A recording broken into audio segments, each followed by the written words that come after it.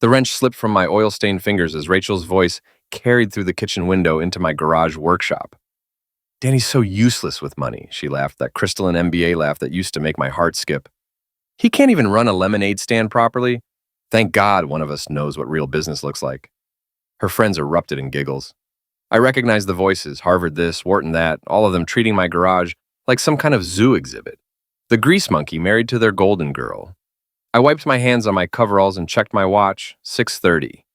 Rachel's promotion party started in an hour, and here I was fixing the transmission on my beat-up Ford pickup while she entertained her corporate friends with stories about my failures.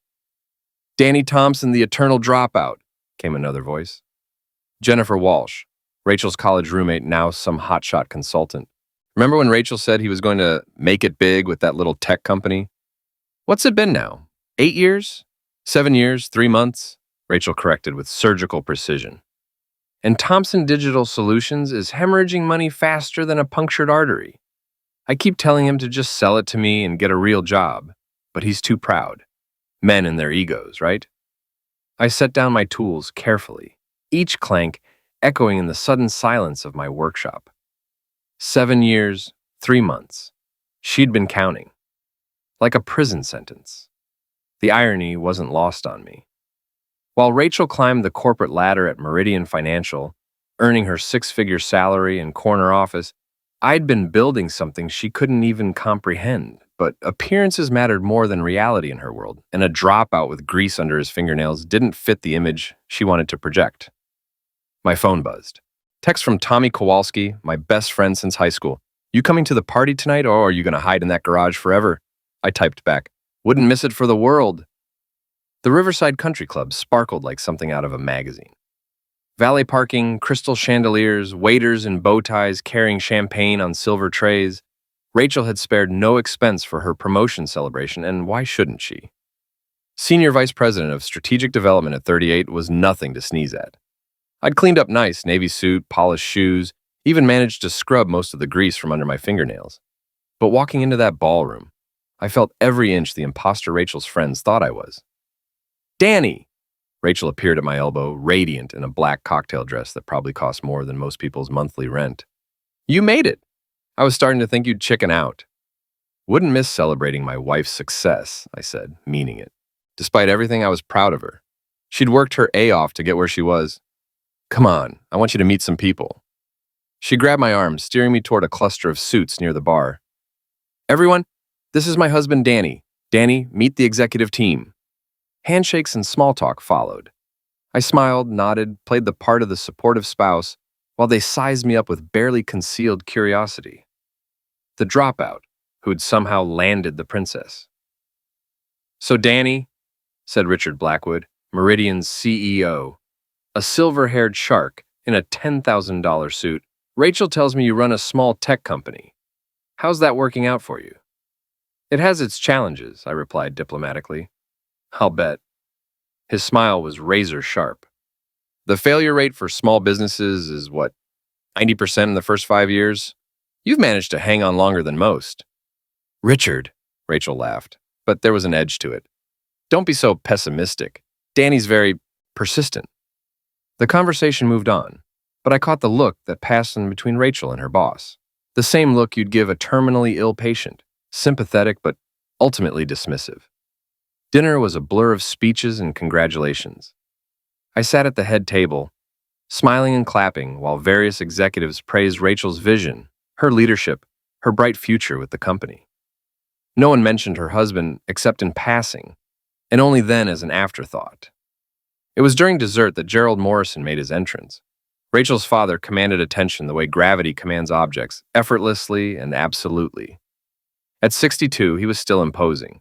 6'3", silver hair, custom-tailored everything.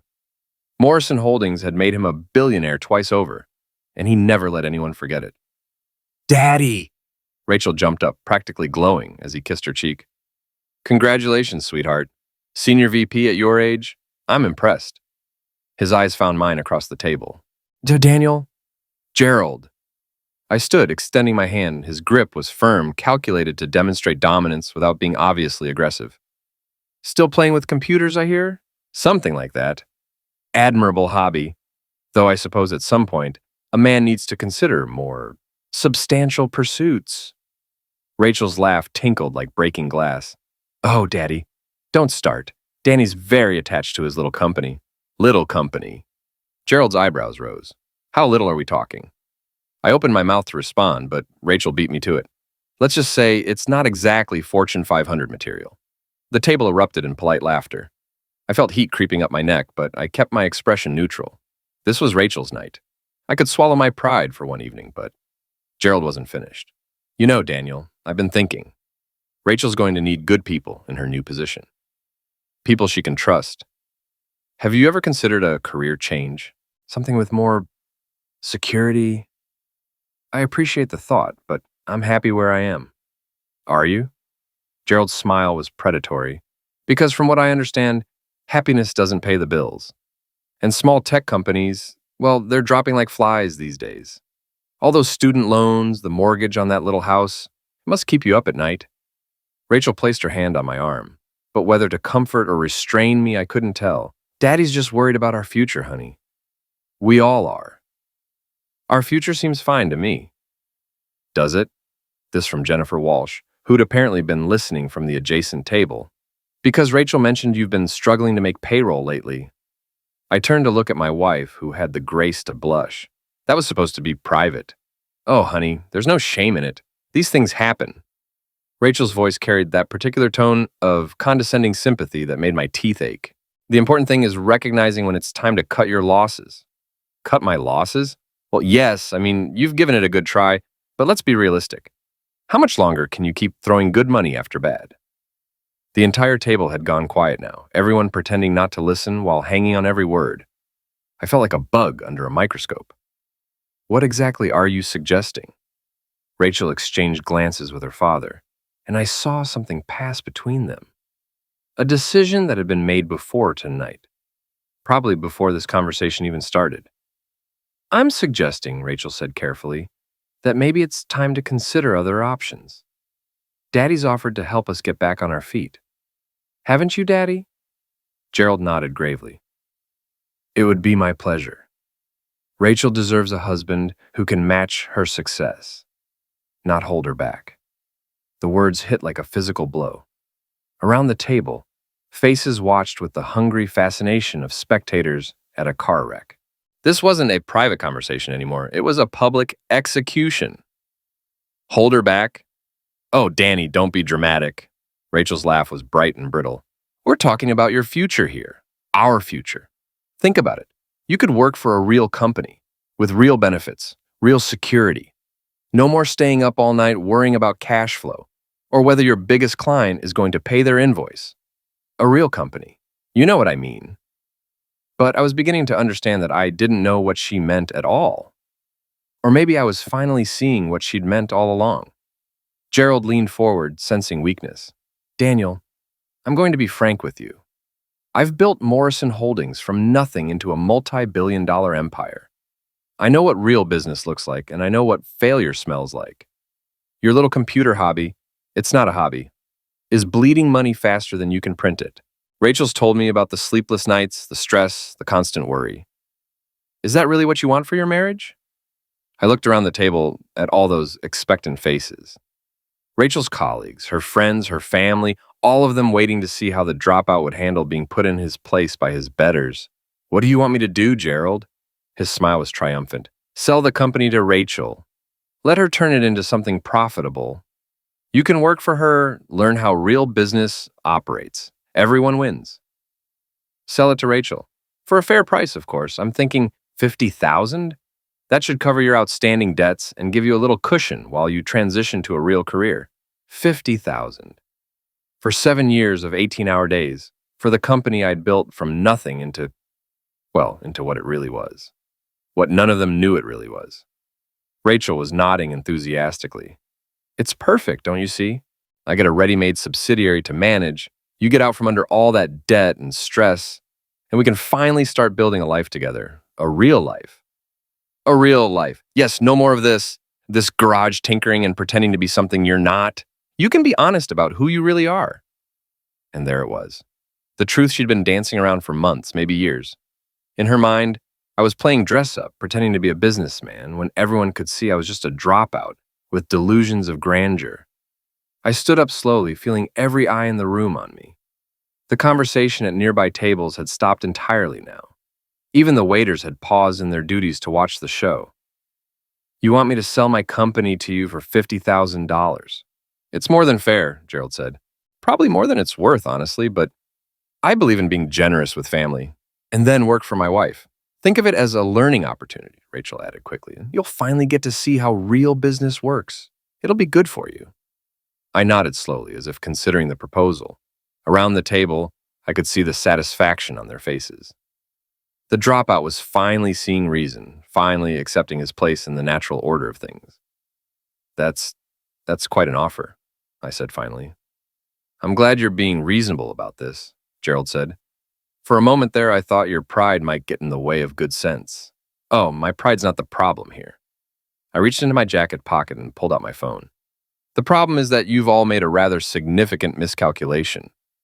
Rachel frowned. "What do you mean?" I scrolled through my contacts until I found the number I was looking for. Hit dial, put it on speaker, and set the phone on the table where everyone could hear. "Thompson Digital Solutions, this is Sarah." "Sarah, it's Danny. Is Marcus still in the office?" "Yes, sir. He's been waiting for your call. Should I put him through?" "Please." There was a brief pause, then a new voice came on the line. Older, authoritative, with the kind of confidence that comes from moving billions of dollars around like pocket change. "Danny, I was hoping to hear from you tonight. Have you made a decision about our offer?" I looked around the table at the confused faces staring back at me. "Actually, Marcus, I'm at a dinner party right now, and the subject of my company's value just came up. Would you mind repeating your offer for my friends here?" "Of course." "We're prepared to offer $42 million for Thompson Digital Solutions, with the understanding that you'll stay on as Chief Technology Officer for at least 3 years. The acquisition would give us exclusive access to your proprietary algorithms, which our analysis suggests could revolutionize automated trading. Frankly, Danny, at $42 million, we feel like we're stealing it." The silence that followed was deafening. I could hear the clink of silverware from other tables, the soft murmur of distant conversations, the gentle hiss of the air conditioning. But at our table, nobody breathed. Rachel's face had gone white. Gerald's mouth was hanging open like a landed fish. Around the table, expressions ranged from shock to disbelief to dawning horror. "Marcus," I said calmly, "let me call you back tomorrow. I need to discuss this with my wife." "Of course, but don't wait too long. Goldman's been sniffing around, and I hear they're prepared to go as high as $50 million. We'd hate to get into a bidding war, but..." "Understood. Talk to you tomorrow." I ended the call and slipped the phone back into my pocket. The silence stretched on, broken only by the sound of someone's champagne glass hitting the floor. $42 million, I said conversationally, though apparently it might go as high as 50. "That's quite a bit more than the 50,000 you offered, Gerald." Gerald's face had turned an alarming shade of purple. That's impossible." Rachel said a lot of things tonight." I turned to my wife, who was staring at me like I'd grown a second head. "Didn't you, sweetheart?" "Danny, I don't understand. You said the company was struggling. You said you were having trouble making payroll. I said I was having trouble sleeping. I never said why." I stood up, straightening my tie. As it turns out, it's hard to sleep when 3 different Fortune 500 companies are trying to buy your algorithms, and you're trying to decide which offer to accept. "But you're a dropout," Jennifer Walsh whispered, as if saying it quietly would make it less absurd. "I dropped out of college to start my company. There's a difference." I looked around the table one more time, memorizing their faces. You know what the funny thing is? I actually came here tonight planning to tell Rachel about the offers. I thought she'd be proud. I thought she'd want to celebrate with me. "Danny, please, let me explain." "Explain what? That you've been telling everyone I'm a failure? That you're embarrassed by me? That you think I need to be rescued from my own incompetence?" I shook my head. "No explanation necessary. You've made your feelings perfectly clear." I reached into my other jacket pocket and pulled out a manila envelope. Set it on the table in front of Rachel with a soft thud. "What's this?" "Divorce papers. I had them drawn up last week, but I was hoping I wouldn't need to use them." I looked at Gerald, whose purple face had now gone completely white. Don't worry about that generous offer to help us get back on our feet. I think we'll manage just fine. Rachel tore open the envelope with shaking hands, scanning the documents inside. Danny, you can't be serious. This is just a misunderstanding. We can work this out. Can we? Because from where I'm sitting, it looks like you married someone you fundamentally don't respect, someone you think is beneath you, someone you're ashamed of. I buttoned my jacket, preparing to leave. The thing is, Rachel, I don't want to be married to someone who thinks so little of me, even if they're wrong about who I really am. I started to walk away, then paused and turned back to Gerald. Oh, and Gerald? That offer to let me work for a real company? I appreciate the thought, but I think I'll stick with my little computer hobby. It seems to be working out pretty well for me. The last thing I heard as I walked out of the Riverside Country Club was the sound of Rachel calling my name, her voice cracking with something that might have been panic. But I didn't turn around. I'd spent 7 years building something extraordinary while she told the world I was a failure. Tonight, she'd finally learned the truth. And tomorrow, the whole world would know it too. I spent that night in my workshop, not because I had work to do, but because I needed the familiar smell of motor oil and metal to clear my head. The phone had been ringing nonstop since I got home. Rachel, Gerald, and even Jennifer Walsh all wanting to talk things through and clear up this misunderstanding. There was no misunderstanding. For the first time in years, everything was crystal clear. At 6 a.m., my phone buzzed with a text from Tommy. Saw the news. Holy crap, man. You want to talk? News? I fired up my laptop and did a quick Google search for my name. The third result down was a blog post from TechCrunch, Thomson Digital Solutions, the 50 algorithm that nobody saw coming. The article was brief, but devastating. Some enterprising reporter had connected the dots between my company and the recent surge in automated trading technology. They'd interviewed Marcus Hoffman from Meridian Capital, not Rachel's Meridian Financial, but the investment firm that wanted to buy me out. The quotes were damning. Thomson's algorithms represent a quantum leap in predictive trading. Hoffman was quoted as saying, "We've been tracking his work for 2 years, ever since his software correctly predicted the energy sector crash of 2019. The man's a genius. And frankly, we're shocked nobody's snapped him up yet." The article went on to detail the bidding war that had erupted between 3 major firms, all wanting exclusive access to my proprietary software. Conservative estimates put the final sale price at $50 million, possibly more. I was still reading when I heard cars pulling into my driveway. 3 of them, by the sound of it. I looked out the workshop window and saw Gerald's black Mercedes, Rachel's white BMW, and a third car I didn't recognize, probably lawyers. They were early. I'd expected this visit, but not until at least 8 o'clock. Desperation, it seemed, was an effective alarm clock. I took my time walking to the front door, stopping to pour myself a cup of coffee and check the morning stock prices on my phone. Let them wait. Let them think about what they'd lost while they stood on my doorstep like door-to-door salesmen. When I finally opened the door, the sight that greeted me was almost comical. Rachel stood in the center, flanked by Gerald and 2 men in expensive suits who had "lawyer" written all over them. Behind them, looking deeply uncomfortable, was Richard Blackwood, Rachel's boss from Meridian Financial.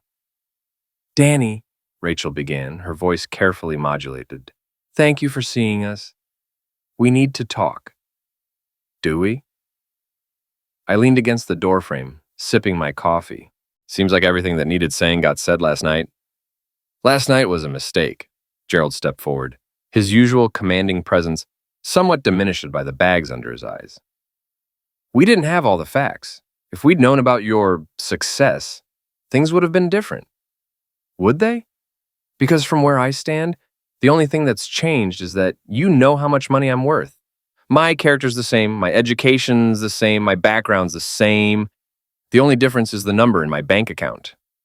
One of the lawyers cleared his throat. "Mr. Thompson, I'm James Mitchell from Morrison Holdings Legal Department. We're here to discuss a possible resolution to this situation." "What situation? I'm not aware of any situation." "The divorce papers," Rachel said quietly. "Danny, you can't really want to throw away 8 years of marriage over one bad night." "One bad night?" I set down my coffee cup and really looked at her for the first time since opening the door. She looked terrible, makeup smudged, hair disheveled, still wearing the same dress from the night before. Rachel, that wasn't one bad night. That was you showing me exactly what you think of me when you don't know anyone important is listening. That's not true. I was stressed about the promotion and I said things I didn't mean. You said I was useless. You said my company was failing. You suggested I sell it for $50,000 and get a real job working for you. I shook my head. Those aren't the kind of things you say when you're stressed. Those are the kind of things you say when you mean them. Richard Blackwood stepped forward, clearly uncomfortable with his role in this drama. Mr. Thompson, I think there's been a significant misunderstanding. When Rachel mentioned your company's struggles, I think she was simply misinterpreting the normal challenges that all entrepreneurs face. Is that what we're calling it? What I'm saying is that Meridian Financial would be very interested in discussing a partnership with Thompson Digital Solutions. We're always looking for innovative technology companies to work with. I almost laughed. Yesterday, I was a failed dropout with a hobby business. Today, I'm an innovative entrepreneur you want to partner with. What changed, Richard? The second lawyer, a thin man with wire-rimmed glasses, consulted his tablet. Mr. Thompson, according to our research, Thompson Digital Solutions has been profitable for 6 consecutive years, with revenues growing at an average rate of 43% annually. Your algorithms have been licensed by 17 different financial institutions, generating over $12 million in revenue in the past year alone. Sounds about right. Then why? Gerald demanded, his composure finally cracking. Why did you let us believe you were struggling? Why the charade with the garage workshop and the old pickup truck? Why live like a dropout? I finished for him. Because that's what you wanted to see. All of you. You looked at my lack of a college degree and decided that meant I was stupid. You saw my work clothes and assumed I was unsuccessful. You heard I ran a small tech company and figured it must be failing because how could someone like me possibly succeed at something like that? I stepped out onto the porch, forcing them to back up. The truth is, I never lied to any of you. I never claimed to be struggling. I never asked for help or sympathy. You all just assumed I needed rescuing because the alternative, that the dropout might actually be more successful than you, was unthinkable. Danny, please. Rachel's voice was barely above a whisper. I know I hurt you. I know I said terrible things, but we can fix this. We can make it right. Can we? Because I've been thinking about this all night and I keep coming back to the same question. If you didn't know about the money, would you still be here? She opened her mouth to answer, then closed it again. The silence stretched between us like a chasm. That's what I thought. I turned to go back inside, then paused. Oh, and Gerald? That offer to teach me how real business works? I think I'll pass. Turns out, I've been figuring it out just fine on my own. Wait, the thin lawyer called out. Mr. Thompson, there's the matter of the marital assets to consider. Under California law, I interrupted, assets acquired during marriage are generally considered community property. But Thompson Digital Solutions was incorporated 2 years before Rachel and I got married. And thanks to a very thorough prenuptial agreement that Rachel insisted on, because she was worried about protecting her trust fund from a gold-digging dropout, my company remains my separate property. I could see the exact moment when the implications hit them. Gerald's face went white. Rachel swayed on her feet. Even the lawyers looked stunned. Furthermore, I continued, enjoying myself now, since Rachel has been publicly claiming that my company is worthless and that I'm a failure, I think it would be difficult for her to argue that she has any claim to assets she's spent years insisting don't exist. This is ridiculous, Gerald sputtered. You can't just walk away from 8 years of marriage over a simple misunderstanding. Watch me. I went back inside and closed the door, leaving them standing on my porch like unwanted solicitors. Through the window, I watched them argue in hushed tones for several minutes before finally giving up and returning to their cars. As they drove away, my phone rang. The caller ID showed Marcus Hoffman's number. Marcus, you're up early? Danny, I've been thinking about our conversation last night. That $42 million offer? Consider it off the table. My stomach dropped. Oh? We're prepared to go to $55 million, cash. And I want to throw in a signing bonus. Another $5 million if you can have the papers ready by Monday. I sat down heavily in my kitchen chair. $60 million total? The board met this morning. After that TechCrunch article hit, we're worried about a bidding war. Goldman's already called twice, and I heard through the grapevine that Microsoft might be interested too. Microsoft. Your algorithms don't just work for trading, Danny. They could revolutionize supply chain management, inventory optimization, even traffic flow analysis. We're not just buying a trading system, we're buying the future of predictive analytics. After I hung up, I sat in my kitchen for a long time, staring out at the garage where I'd spent so many late nights building something I believed in while my wife told the world I was a failure. $60 million. More money than I'd ever imagined having. More money than Gerald Morrison probably had, despite all his inherited wealth and business empire bluster. But the money wasn't what mattered. What mattered was the vindication. The proof that I'd been right all along, that my work had value, that the dropout had built something extraordinary, while the Ivy League graduates were busy looking down their noses at him. My phone buzzed with another text from Tommy. Meet me at Murphy's tonight. First round's on me. We need to celebrate properly. I typed back, make it a double. I've got a lot to celebrate. And for the first time in years, I was actually looking forward to tomorrow. Murphy's Tavern hadn't changed in the 20 years I'd been drinking there. Same scarred wooden bar, same neon beer sign, same smell of cigarettes and dreams deferred. It was exactly the kind of place that Rachel's crowd would never set foot in, which made it perfect for tonight. Tommy was already there when I arrived, nursing a beer and grinning like he'd won the lottery. There he is, the $60 million man. Word travels fast. Are you kidding? The whole neighborhood's talking about it. Mrs. Chen from the corner store asked me if it was true that you were richer than the mayor now. He signaled the bartender. 2 whiskeys, top shelf, and keep them coming. We drank in comfortable silence for a while, watching the evening news on the TV above the bar. The lead story was about some political scandal, but I wasn't really paying attention. I was thinking about the look on Rachel's face this morning when she realized what she'd lost. So what's the plan? Tommy asked eventually. You gonna buy a mansion? Get one of those fancy sports cars? Maybe a yacht? I don't know. I haven't really thought about it. Come on, man. You just went from fixing trucks in your garage to being worth more than most small countries. You've got to have some ideas. The truth was, I'd been so focused on building the company that I'd never really considered what success would look like. Money had always been a means to an end. Funding for research, capital for expansion, proof that the work mattered. Now that I had more money than I could spend in 10 lifetimes, I wasn't sure what came next. I think I'm going to travel, I said finally, and see the world. Maybe take a year off and just figure things out. What about the company? Marcus wants me to stay on as CTO for 3 years, but it'll mostly be consulting work. I can do that from anywhere. I finished my whiskey and signaled for another. For the first time in my adult life, I don't have to worry about making payroll or landing the next client or proving myself to anyone. It's strange. Strange good or strange bad? Strange liberating, Tommy nodded thoughtfully. And Rachel, you really going through with the divorce? I'd been dreading that question all day. Yeah, I think I am. Even now that she knows the truth, especially now that she knows the truth. I turned to face him. Tommy, if she'd found out about the money and been happy for me, genuinely happy, not just excited about what it meant for her, then maybe we could have worked it out. But this morning, when she showed up at my door, she wasn't apologizing for not believing in me. She was apologizing for getting caught not believing in me. That's a hell of a distinction. It's the only distinction that matters. We were interrupted by a commotion near the entrance. A group of people had walked in, and they were clearly out of place in Murphy's dive bar atmosphere. Expensive clothes, perfect hair, the kind of confident posture that comes from never having to worry about money. I recognized them immediately.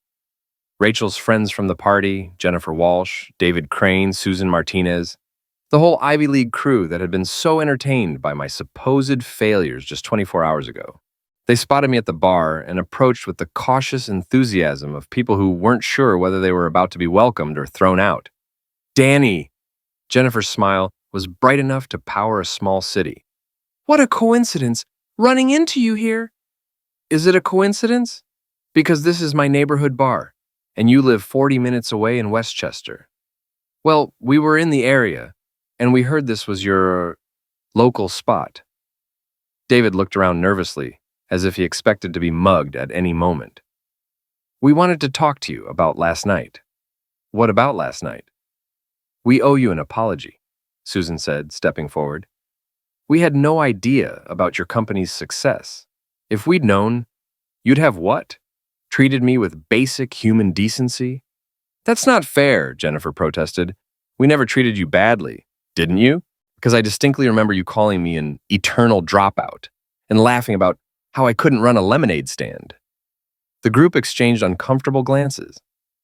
Tommy, meanwhile, was watching the whole exchange with barely concealed amusement. Look, David said, we came here to clear the air. What happened last night was unfortunate, but it doesn't have to define our relationship going forward. Our relationship? We're all successful people, Danny. We should stick together, support each other. His smile was practiced, political. In fact, I've been thinking about some investment opportunities that might interest you. Now that you have some capital to work with, and there it was, the real reason for their visit. They weren't here to apologize. They were here to get their hands on my money. Let me get this straight, I said slowly. Yesterday, you thought I was a loser. Today, you want to be my friend and help me invest my money. What changed? We learned more about your situation, Susan said carefully. We realized we'd misjudged you. You realized I was rich. That's a very cynical way to look at it. I stood up from my bar stool and Tommy immediately flanked me. The group took an involuntary step back. Here's the thing, I said. I've been the same person all along. Same background, same education, same values. The only thing that changed was your perception of my bank account. And now you want to be my friend? Danny, please, Jennifer said. We're trying to make amends here. No, you're trying to position yourselves to benefit from my success. There's a difference. I threw a 20 on the bar to cover our drinks. You know what? I think I'll pass on your friendship. I've gotten along fine without it for this long. You're making a mistake, David called out as Tommy and I headed for the door. You're going to need allies in this world. People who understand success. I paused at the entrance and turned back. You're right, I will need allies, but I'll find them among people who are willing to be my friends when they thought I was nobody. Not among people who only care about me now that I'm somebody. Outside, Tommy clapped me on the shoulder. That was beautiful, man. Did you see their faces when you walked away? They'll be back, or they'll send someone else. Money has a way of attracting people who want to help you spend it. So what are you going to do? I looked up at the stars, barely visible through the city's light pollution. I'm going to disappear for a while. Take that trip I mentioned. Maybe when I come back, the vultures will have found someone else to circle. And Rachel? The lawyers can handle Rachel? We walked to our cars in comfortable silence. As I was getting into my truck, Tommy called out one last question. Any regrets? I thought about it for a moment. Yeah, I regret not doing this sooner. As I drove home through the quiet streets of my neighborhood, I felt something I hadn't experienced in years, peace. For the first time since I'd started the company, I wasn't worried about the future. I wasn't stressed about money or success or proving myself to people who would never respect me anyway. I was free. And tomorrow, I was going to start figuring out what to do with that freedom. 3 weeks later, I was sitting in my lawyer's office, signing the final papers for the sale of Thomson Digital Solutions. $60 million, just as Marcus had promised, plus a consulting contract that would pay me more in a year than most people made in a lifetime. Congratulations, Mr. Thompson, said Patricia Walsh, my attorney. You're officially a very wealthy man. Thank you. And the divorce papers? Filed yesterday. Given the prenuptial agreement and the separate property status of your company, it should be straightforward, and Mrs. Thompson's attorney has indicated she won't contest the terms. I wasn't surprised. Rachel's lawyer had probably explained that she had no legal claim to my assets and that fighting would only generate expensive legal bills with no chance of success. There is one thing, Patricia continued. Mrs. Thompson has requested a meeting. She says she wants to discuss the situation privately without lawyers present. What kind of meeting? She didn't specify. Just said it was important and that she hoped you'd give her the chance to explain herself. I considered it. Part of me was curious to hear what Rachel had to say now that the dust had settled. Part of me thought it would be better to make a clean break and never see her again. Set it up, I said finally. But somewhere public. I don't want any accusations about what was or wasn't said. I'll arrange something neutral, a restaurant, perhaps. 2 days later, I found myself sitting in an upscale bistro downtown, waiting for my soon-to-be ex-wife to arrive. I'd chosen a corner table where we could talk privately but still be visible to other diners. Rachel walked in exactly on time, and I was struck by how different she looked. Gone was the polished corporate executive I'd married. Her hair was pulled back in a simple ponytail, she wore minimal makeup, and her clothes were casual. Jeans and a sweater instead of her usual power suits. "Thank you for coming," she said, sitting down across from me. "I wasn't sure you would." I almost didn't. We ordered coffee and sat in awkward silence for a few minutes. Finally, Rachel spoke. "I've been thinking a lot about what you said, about how I never really knew who you were. And you were right. I married the person I thought you were, not the person you actually are." She stirred her coffee absently. "I was so focused on appearances, on what other people thought, that I never bothered to really understand what you were building."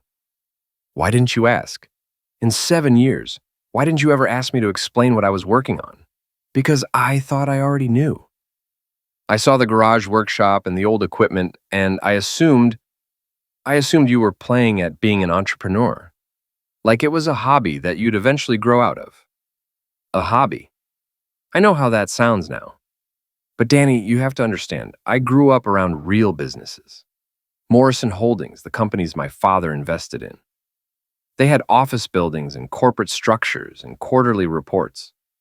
What you were doing looked so small by comparison. It was small. That was the point.